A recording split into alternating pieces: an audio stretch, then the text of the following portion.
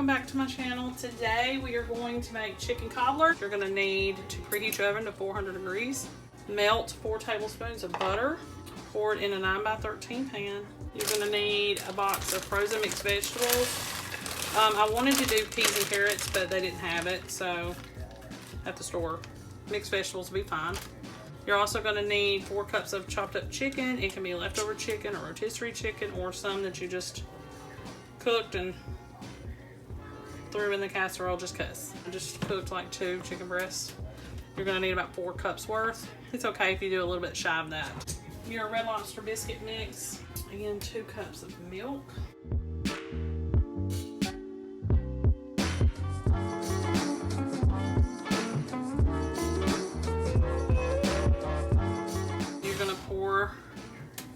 This over everything, and it's okay if there's lumps. Don't worry about that.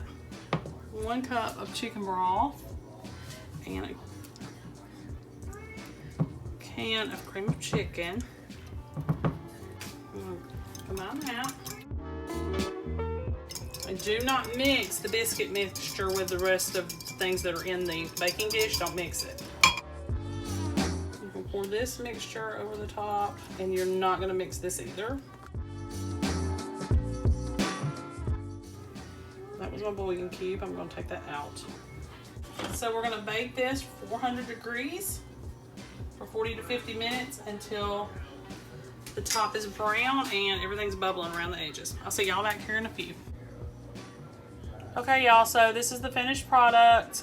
You will have to let it rest for about 5 minutes before you serve, but it's ready to go.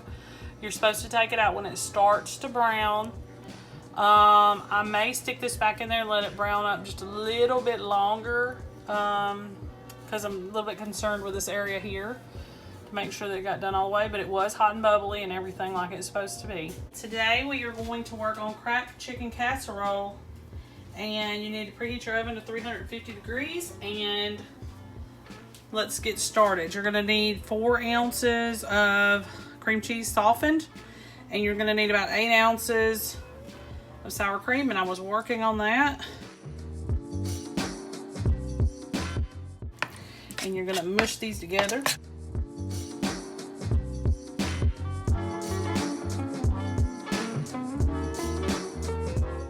Going to add a can of cream of chicken soup.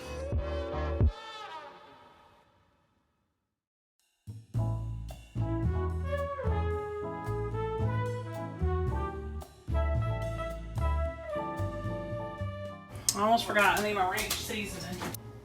1, 2, we'll stir that up.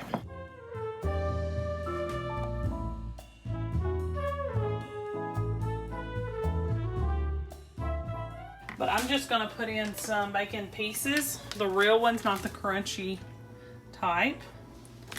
We do this always as a shortcut. You're gonna need about a cup's worth. Probably not quite a whole 2 ounces. I don't want it to be too much, you know. So, one of the smaller packs, this is about 2.5, so I wouldn't even use all of that. About 2 to 3 cups worth of chicken breast chopped. It can be rotisserie chicken, it can be chicken thighs, just whatever you have on hand.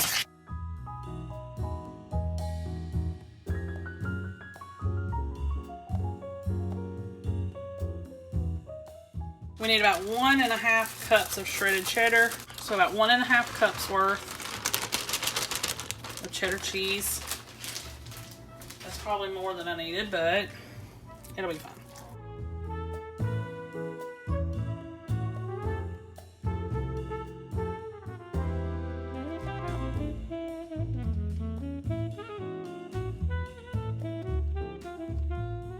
So the next thing you need to do is put it in a greased 9x13 baking dish, and then we're gonna put Ritz crackers on top. Let me go get that. Got my 9x13. I'm gonna put this in here.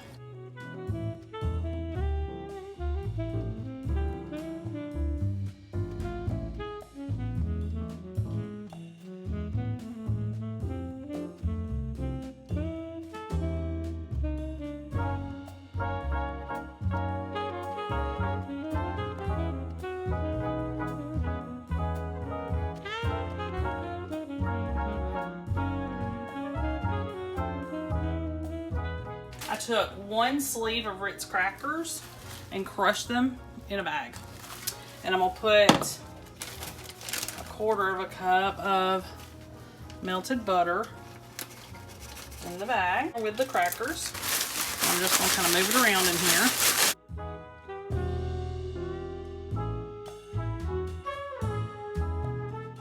And we're just gonna put this on top. You need to make sure that you watch it really well, because it'll burn. I use real butter, but I'm sure you could use margarine if that's all you have. So put this in the oven uncovered, 30 minutes, 350. You can put foil on it, especially after about 15 minutes, because it may burn. So you need to do that. And I'll see you back here as soon as it comes out. Okay, y'all, this is the finished product. It has sit here and rested just a little bit.